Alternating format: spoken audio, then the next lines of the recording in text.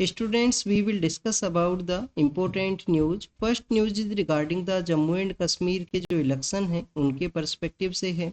Election commission of India के द्वारा Jammu and Kashmir जो प्रेजेंट समय में यूनियन टेरिटरी है उसके रिगार्डिंग में जो इलेक्शंस है उनको अनाउंस किया गया है।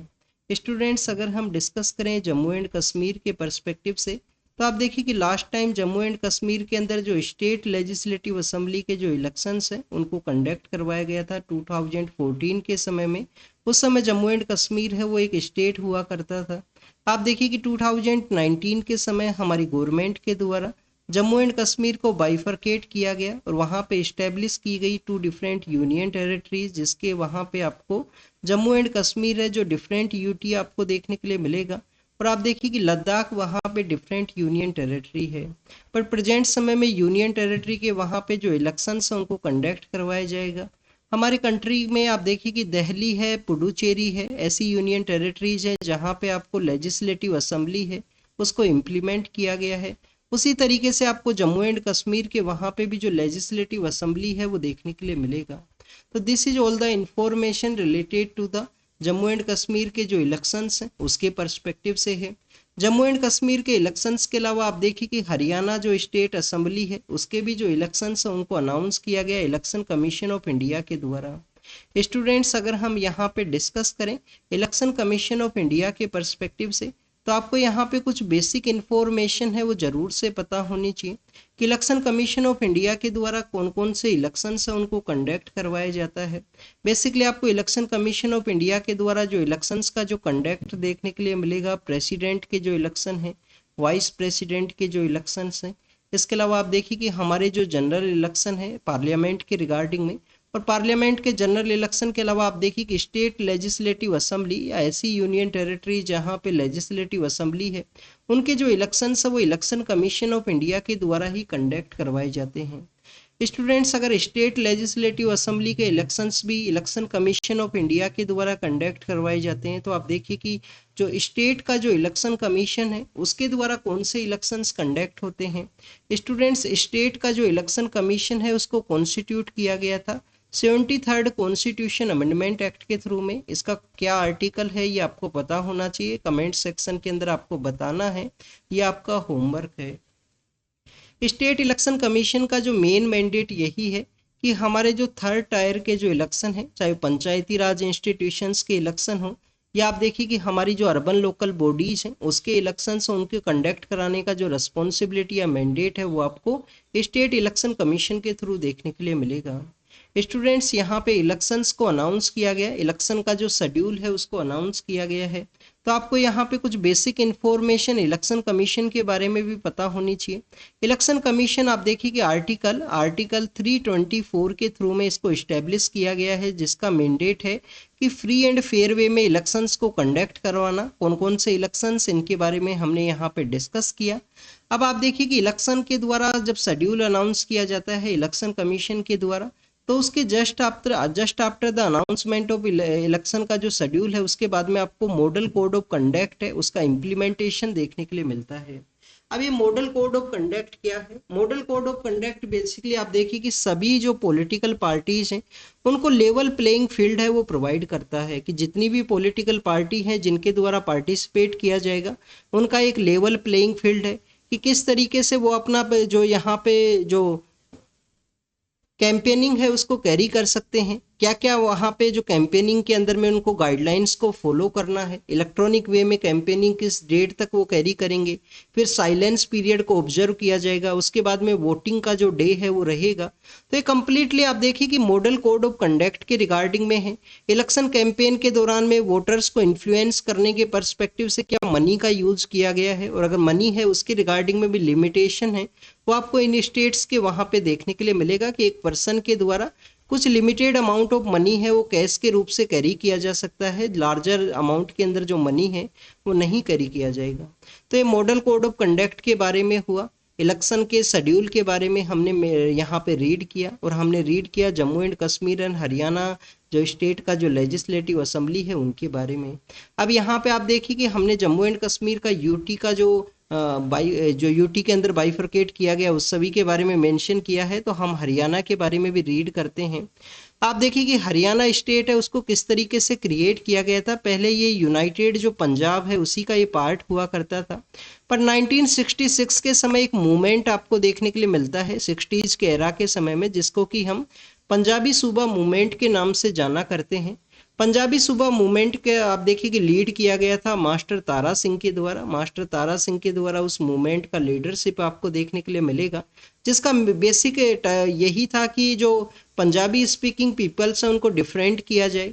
आप देखिए कि जो पहाड़ी स्पीकिंग पीपल्स हैं, जब हिमाचल प्रदेश है वो भी पंजाब का ही पार्ट हुआ करता था, तो जो पहाड़ी लैंग्वेज को बोलने वाले जो पर्सन्स हैं उनका एक डिफरेंट एरिया है उसको क्रिएट किया जाए। पंजाबी स्पीकिंग जो पीपल हैं, पंजाबी स्पीकिंग जो पीपल्स हैं उनको यहाँ पे डिफरेंट एरिया को क्रिएट किया जाए। और जो हिंदी स्पीकिंग पीपल हैं, जो हरियाणवी जो पीपल्स हैं जो हिंदी स्पीकिंग है, उनका एक डिफरेंट एरिया को क्रिएट किया जाए। तो स्टूडेंट्स 1966 के समय हमारे कंट्री का जो 17 स्टेट है उसको क्रिएट किया गया। हरियाणा एक से अलग से स्टेट बनता है।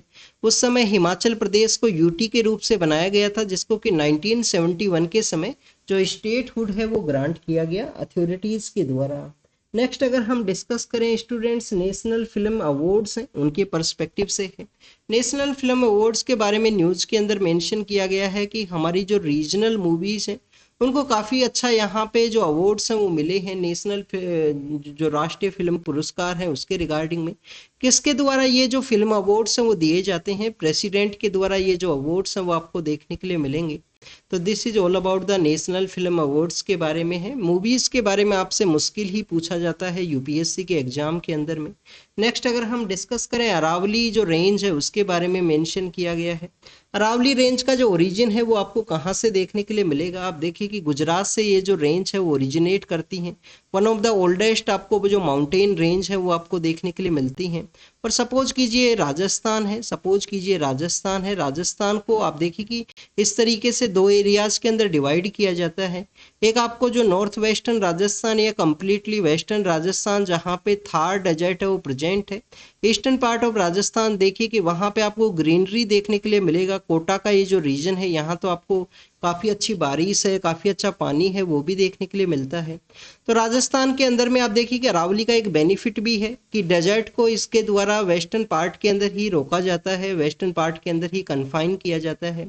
पर राजस्थान का ये जो पार्ट है, राजस्थान का ये पार्ट जो हरियाणा से अपना एरिया शेयर करता है, इस पार्ट के अंदर में आपको इलीगल जो माइनिंग है, इलीगल माइनिंग आपको देखने के लिए मिलता है अरावली के रीजन के अंदर में। एनक्रोचमेंट आप देखिए कि दिल्ली है, फरीदाबाद है, गुड़गांव है, उस एरियाज के अंदर भी आपको देखने के लिए मिलेगा। डिफोरेस्टेशन भी है, कहीं कहीं पेड़ भी काटे गए हैं। अभी आप देखिए कि हमने काफ़ी बार उसको रीड भी किया था। दिल्ली के अंदर में जो रिज का जो एरिया है जो अरावली का ही एक्सटेंशन है। तो बेसिकली आप देखिए कि इस तरीके से अरावली के अंदर कंटिन्यूअस एनक्रोचमेंट है, कहीं इलीगल माइनिंग की वजह से, कहीं एनक्रोचमेंट है वहाँ पे प्रॉपर्टी के रिगार्डिंग में उसको यूज किया गया है, कहीं पे डिफोरेस्टेशन है। तो उसी के बारे में यहाँ पे मेंशन है कि अरावली रेंज जो कि एक नेचुरल ग्रीन वॉल है राजस्थान, गुजरात और हरियाणा के थ्रू, और दिल्ली के पार्ट के अंदर जो दिल्ली रिज का एरिया है। आप देखिए कि रायसेना हिल्स तक अरावली का एक्सटेंशन है। अरावली का जो हाईएस्ट पीक है उसको किस नाम से जाना करते हैं, गुरु शिखर हाईएस्ट पीक है, जो कहाँ पे है, राजस्थान का जो सिरोही डिस्ट्रिक्ट है, माउंट आबू का जो एरिया है वहाँ पे आपको जो गुरु शिखर है हाईएस्ट पीक आपको देखने के लिए मिलेगा। इसरो के द्वारा जो स्मॉल सैटेलाइट लॉन्च व्हीकल है उसके थ्रू एक अर्थ ऑब्जर्विंग जो सैटेलाइट है उसको लॉन्च किया गया है। अर्थ ऑब्जर्विंग सैटेलाइट को आप देखिए कि उसके ऑर्बिट के अंदर प्लेस किया गया है, उसी के बारे में मेंशन है। और इसरो के द्वारा इस टेक्नोलॉजी का जो आने वाले समय के अंदर में आप देखिए कि प्राइवेट प्लेयर्स के द्वारा भी इस टेक्नोलॉजी को यूज किया जा सकता है, जिससे कि इसका जो कॉमर्शलाइजेशन है वो आपको देखने के लिए मिल सकता है। इसरो के अगर हम स्मॉल सैटेलाइट लॉन्च व्हीकल के बारे में बात करें तो स्मॉल सैटेलाइट जो लॉन्च व्हीकल है D3 उसको यहाँ पे प्लेस किया गया। Small satellite launch vehicle D3 है उसको यहाँ पे प्लेस किया गया है। आप देखिए कि अर्थ ऑब्जर्विंग जो सैटेलाइट है उसके थ्रू यहाँ पे जो सर्विलेंस है, डिजास्टर मॉनिटरिंग है, इन्वायरमेंटल जो मॉनिटरिंग है, या फायर का जो डिटेक्शन है, वोल्केनो एक्टिविटी है, और इंडस्ट्रियल प्लांट का जो इंडस्ट्रियल एंड प्लांट के जो डिजास्टर्स है उनको प्रेडिक्ट किया जा सकता है अर्थ ऑब्जर्विंग सैटेलाइट के द्वारा। अर्थ ऑब्जर्विंग जो सैटेलाइट है वो आपको 475 किलोमीटर का जो डिस्टेंस है अर्थ के साथ में तो वहाँ पे इनका जो प्लेसमेंट है वो आपको देखने के लिए मिलता है। 1 ईयर का इनका जो टाइम पीरियड हुआ करता है। इनके द्वारा कंटिन्यूअस अर्थ को ऑब्जर्व किया जाएगा, जिसके अंदर जो डिफरेंट डिफरेंट एक्टिविटी हैं जिनको हमने डिस्कस किया, जैसे कि disaster management, volcano activity, fire का एक्टिविटी, इन सबको यहाँ पे ऑब्जर्व किया जाता है। केरला के आप देखिए कि जो रिसर्चर्स हैं उनके द्वारा साइनाइड को किस तरीके से डिटेक्ट किया जाए, उसके रिगार्डिंग में केरला का जो सेंट्रल यूनिवर्सिटी है वहाँ पे रिसर्चर्स के द्वारा कुछ बेसिकली जो अपना एक टूल किट है उसको डेवलप किया गया है कि कैसे साइनाइड को के रिगार्डिंग में जो सेंसर्स हैं उनके द्वारा आप देखिए कि जो वाटर फूड का जो सेफ्टी है उसको इंश्योर किया जाए। अगर हम साइनाइड के पर्सपेक्टिव से डिस्कस करें तो स्टूडेंट्स, केरला का जो कोझिकोड का एरिया है वहाँ पे एक साइनाइड का जो केस है वो भी सामने आया था 2019 के समय में।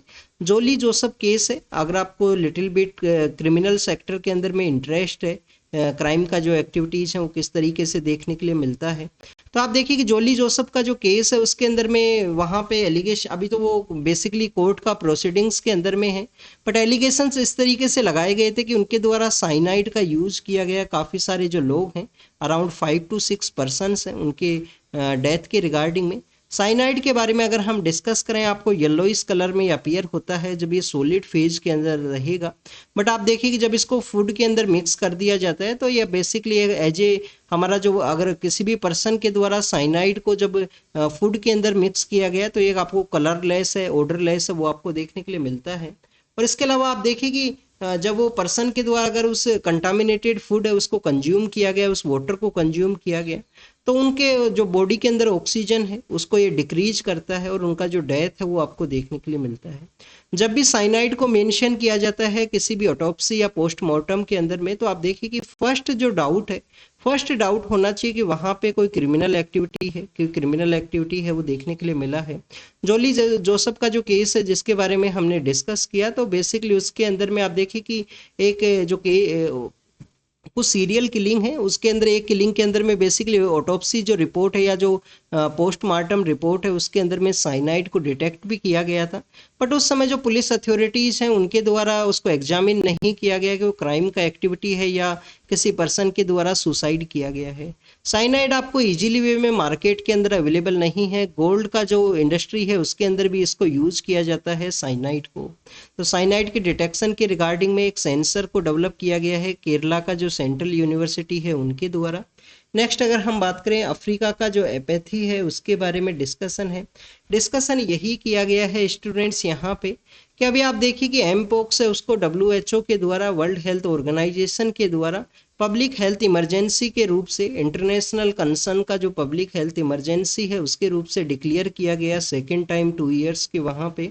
तो आप देखिए कि डेमोक्रेटिक जो रिपब्लिक ऑफ कोंगो है वहाँ पे अफ्रीका के अंदर इसका जो स्प्रेड है वो आपको देखने के लिए मिलेगा। तो एमपोक्स के बारे में ही डिस्कशन यही है कि एमपोक्स का जो यूज है, एमपोक्स के रिगार्डिंग में जो इमरजेंसी वे के अंदर में जिन वैक्सीन के यूज के बारे में ऑथराइजेशन किया गया है, तो उसका जो डोजेज है वो आपको अफ्रीकन कंट्रीज के वहाँ पे नहीं देखने के लिए मिलेगा, बट आप देखिए कि कुछ डेवलप्ड कंट्रीज हैं उनको अलाउ किया गया है। तो इमरजेंसी ऑथराइजेशन के पर्सपेक्टिव से यहाँ पे मेंशन है कि इमरजेंसी ऑथराइजेशन यूज के अंदर में उस वैक्सीन को अलाउ किया जाए उन कंट्रीज के वहाँ पे जहाँ पे इसके जो मोर केसेज हैं वो देखने के लिए मिले हैं अफ्रीका के जो कंट्रीज हैं वहाँ पे। तो उसी के रिगार्डिंग में है कि जो लेस डेवलप्ड कंट्रीज है वहाँ पे लेस जो रिसोर्सेज हैं, लेस वैक्सीन का जो डोजेज है उनका अवेलेबिलिटी है, तो उसको मेंशन किया गया। काफ़ी बार देखिए कि हमारे पॉलिटिकल डोमेन के अंदर में एक जो क्वेश्चन है उसको रेज किया जाता है कि जो हमारा पॉलिसी फ्रेमिंग है उसके अंदर में हमारी जो सोसाइटी है उसके सभी जो सेक्शंस हैं, जैसे कि आप देखिए कि कुछ ऐसे सेक्शंस हैं जिनका रिप्रेजेंटेशन आपको नहीं देखने के लिए मिलेगा। तो ब्यूरोक्रेसी के अंदर में वो जो सेक्शंस है उनका प्रेजेंस नहीं है। बट आप देखिए कि स्टूडेंट्स, एक तो आपको यहाँ पे कट ऑफ डेट के बारे में पता होना चाहिए। इसके अलावा यहाँ पे जो मेन एंट्री गेट है हमारा जो क्लास ए सर्विस के रिगार्डिंग में, सपोज कीजिए अगर हम सिविल सर्विस के पर्सपेक्टिव से रीड करें तो स्टूडेंट्स, सिविल सर्विस के अंदर अगर कोई भी पर्सन सेक्रेटरी का जो पोस्ट है उसके लिए पहुँचता है तो एक तो उनको काफ़ी साल का जो एक्सपीरियंस है वो होना चाहिए। आप देखिए कि हमारे यहाँ पे ईयर बेसिस पे जो प्रमोशन है वो आपको देखने के लिए मिलेगा। तो एक तो काफ़ी साल का यहाँ पे एक्सपीरियंस होना चाहिए। अब यहाँ पे जो रिक्रूटमेंट प्रोसेस के ही बारे में मेंशन किया गया कि रिक्रूटमेंट प्रोसेस के अंदर में अगर हम प्रेजेंट समय के पर्सपेक्टिव से डिस्कस करें, तो जो जनरल कैटेगरी के जो पर्सन्स हैं, जो जनरल कैटेगरी के जो पर्सन्स हैं उनको 32 ईयर्स है। इसके अलावा आप देखिए कि उनके जो 6 अटेम्प्ट्स है वो आपको देखने के लिए मिलेंगे। ओबीसी कैटेगरी से अगर कोई पर्सन है तो उनका जो यहाँ पे जो ईयर्स है वो लिटिल बिट इंक्रीज होगा, मोर आपको जो अटेम्प्ट्स है वो देखने के लिए मिलेंगे। और इसके अलावा schedule caste and schedule tribe का जो कैटेगरी से जो पर्सन्स बिलोंग करते हैं उनको आप देखिए कि मोर जो एज का जो रिलैक्सेशन है वो आपको देखने के लिए मिलेगा। तो आप देखिए कि अगर आप लेटर फेज के अंदर में सर्विस के अंदर एंटर करते हो, आपके द्वारा अगर लेट एज के अंदर सर्विस के अंदर एंटर किया जाता है, तो उसके बाद में आपका जो सेक्रेटरी पोस्ट है वहाँ पे जो पहुँचना है वो इम्पॉसिबल है। तो उसके बारे में यहाँ पे मेंशन है। तो एंट्री पॉइंट के रिगार्डिंग का जो कंसर्न्स है उनको रेज किया गया कि अगर सोशल जस्टिस को इंश्योर करना है ब्यूरोक्रेसी के अंदर में, या जो पॉलिसी फ्रेमिंग का जो हमारा ब्यूरोक्रेसी है सेक्रेटरी लेवल का जो पोस्ट है वहाँ पे, तो आपको जो एंट्री लेवल के ऊपर ही जो रिफॉर्म्स है उनको कैरी करना होगा। नेक्स्ट अगर हम डिस्कस करें स्टूडेंट्स, हमारे एक पॉलिटिकल लीडर हैं उनके द्वारा कोर्ट के अंदर अप्रोच किया गया। एक अदर पॉलिटिकल लीडर है उनका जो सिटीजनशिप है उसके पर्सपेक्टिव से। नेक्स्ट अगर हम यहाँ पे डिस्कस करें तो स्टूडेंट्स कुछ मेट्रो के जो प्रोजेक्ट्स हैं उनके बारे में मेंशन है। कैबिनेट के द्वारा कुछ मेट्रो प्रोजेक्ट्स हैं उनको अलाउ किया गया है। मेट्रो के बारे में जब भी हम डिस्कस करते हैं तो हमारे कंट्री के अंदर में ट्रांसपोर्ट के पर्सपेक्टिव से वन ऑफ द बेस्ट आपको ट्रांसपोर्ट का जो मोड है वो देखने के लिए मिलता है। आप देखिए कि दिल्ली के अंदर में जो मेट्रो है वो आप देखिए कि one of the best transport का मोड है। उसका अगर एक्सेसिबिलिटी को और भी इंक्रीज किया जाए तो हमारे जो पर्सनल जो ट्रांसपोर्ट के व्हीकल्स हैं उनका मिनिमम यूज आपको देखने के लिए मिलेगा। अगर गवर्नमेंट के द्वारा पब्लिक जो ट्रांसपोर्ट है उसको किसी भी अर्बन एरिया के अंदर में काफ़ी अच्छे से डेवलप कर दिया जाए तो आप देखिए कि जो पर्सनल यूज ऑफ व्हीकल्स है उनका आपको लेस यूज है वो ऑटोमेटिकली रिड्यूस है वो देखने के लिए मिलता है। तो ये मेट्रो प्रोजेक्ट्स हैं उनको कि अलाउ किया गया है। इसके अलावा स्टूडेंट्स हमारे जो पॉलिटिकल लीडर हैं उनके द्वारा बांग्लादेश के पॉलिटिकल लीडर के बात किया गया कि वहाँ पे जो माइनॉरिटी कम्युनिटीज है उनकी सेफ्टी को इंश्योर किया जाए। इसके अलावा अगर हम बात करें सेंट्रल गवर्नमेंट के द्वारा हमारे जो क्रॉप सेक्टर्स हैं उनके रिगार्डिंग में आप देखिए कि एडवर्स जो वेदर कंडीशन के अंदर में उनको जो इम्पैक्ट देखने के लिए मिलता है तो उसके रिड्यूस के बारे में डिस्कस किया गया है कि न्यू वेराइटीज़ हैं उनको किस तरीके से ऐड किया जाए एडवर्स जो वेदर कंडीशंस है उसके अंदर क्रॉप के पर्सपेक्टिव से। यहाँ पे क्रोशिया के बारे में है। क्रोशिया कहाँ पे सिचुएटेड है, आप देखिए कि सदर्न जो मेडिटेरियन के साथ में एरिया शेयर करता है, या जो एडियार्टिक कोस्ट है वहाँ पे अपना एरिया शेयर करता है। इटली के साथ में इसका मैरीटाइम बॉर्डर है वो शेयर होता है। स्लोवानिया है, सर्बिया है, बोस्निया हर्जेगोविना है, और आप देखिए कि मोंटेनिग्रो है वो कंट्री सिचुएटेड है क्रोशिया के नियर बाई एरियाज के अंदर में। तो क्रोशिया के द्वारा उनके जो यूथ पर्सन्स उनको कुछ लिमिटेड समय के लिए मिलिट्री सर्विस है वो देना होगा, उसी ड्राफ्ट को कैरी किया गया है। इसके अलावा स्टूडेंट्स यूएन के द्वारा बांग्लादेश के पर्सपेक्टिव से कुछ स्टेटमेंट दिया गया है वहाँ पे जो सिक्योरिटी फोर्सेज है उनके पर्सपेक्टिव से। और आप देखिए कि काफ़ी सारे वर्ल्ड के जो डेवलपमेंट्स हैं इसके रिगार्डिंग में आपको जो बेसिक इन्फॉर्मेशन है जो वर्ल्ड के रिगार्डिंग में कोई प्लेस अगर न्यूज़ के अंदर में है तो उनके बारे में आपको पता होना चाहिए। थाईलैंड के पर्सपेक्टिव से हमने जो प्रीवियस न्यूज़पेपर का डिस्कशन है उसके अंदर भी इसको डिस्कस किया था। नेक्स्ट आप देखिए कि अगर हम बात करें सूडान के पर्सपेक्टिव से तो सूडान के अंदर में जो कंटिन्यूस वायलेंस का जो न्यूज़ है वो आपको देखने के लिए मिलता है। तो वायलेंस के न्यूज़ के बारे में डिस्कस किया गया है। सूडान के जो नियर बाई कंट्रीज हैं उनके बारे में आपको पता होना चाहिए। काफ़ी बार ये एरियाज न्यूज़ के अंदर हुआ करते हैं। पाकिस्तान का जो खैबर पख्तूनवा जो प्रोविंस है वहाँ पे आप देखिए कि एमपोक्स का जो फर्स्ट केस है उसको डिटेक्ट किया गया एशिया के वहाँ पे। आप देखिए ये जो खैबर पख्तूनवा का जो प्रोविंस है बेसिकली अफगानिस्तान के साथ अपना एरिया शेयर करता है। तो वहाँ पे एमपोक्स का जो केस है वो सामने आया है पाकिस्तान के वहाँ पे। तो आपको पोलियो के जो केसेस हैं वो भी आपको देखने के लिए मिलते हैं। तो आप देखिए कि ये पाकिस्तान के पर्सपेक्टिव से था एमपोक्स के केस के बारे में जिसको कि WHO के द्वारा पब्लिक हेल्थ इमरजेंसी के रूप से डिक्लेयर किया गया है। तो student this is all the information related to the newspaper discussion के बारे में है।